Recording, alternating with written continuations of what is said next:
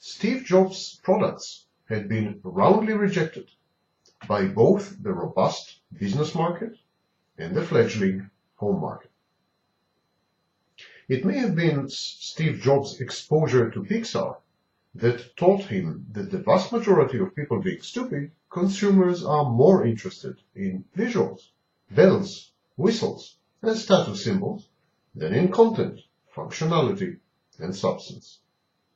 What matters is how the product looks, not what it does and how it does it. Hence the iPod, the iPhone, the iPad, breathtakingly designed contraptions with decidedly inferior functions.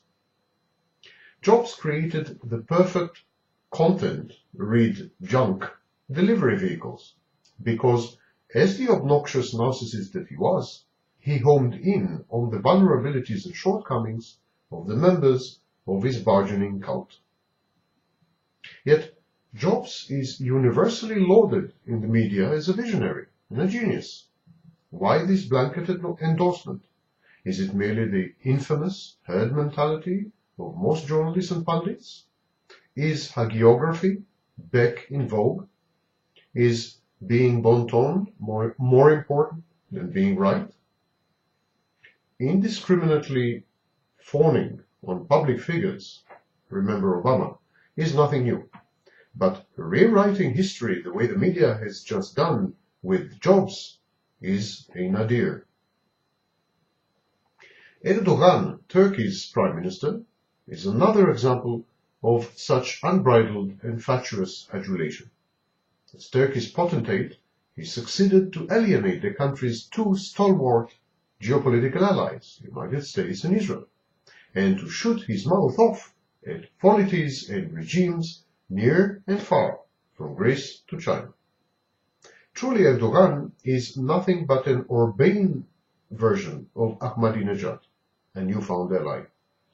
Erdogan seems to prefer the company of Syria, Russia, Iran, Kosovo, and Bosnia-Herzegovina to the European Union, and more generally the West.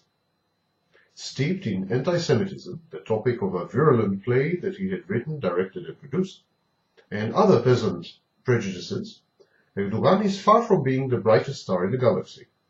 The list of monarchy and balderdash spewed up by this paragon of a new Muslim Turkey is impressive and inane.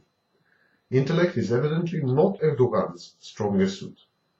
Yet the international media hail this loser as the new Kissinger, replete with vision and the audacity to see through. Why this oversight and deliberate blindness? Is it a sense of European guilt for having rejected Turkey's advances?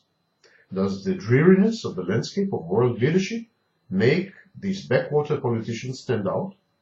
Is it his brave, principled stance against Israel, thus ingratiating himself with the Arab world? No wonder the Internet has become the prime source of news, relegating the traditional media, both print and electronic, to the dustbin. The readers cannot trust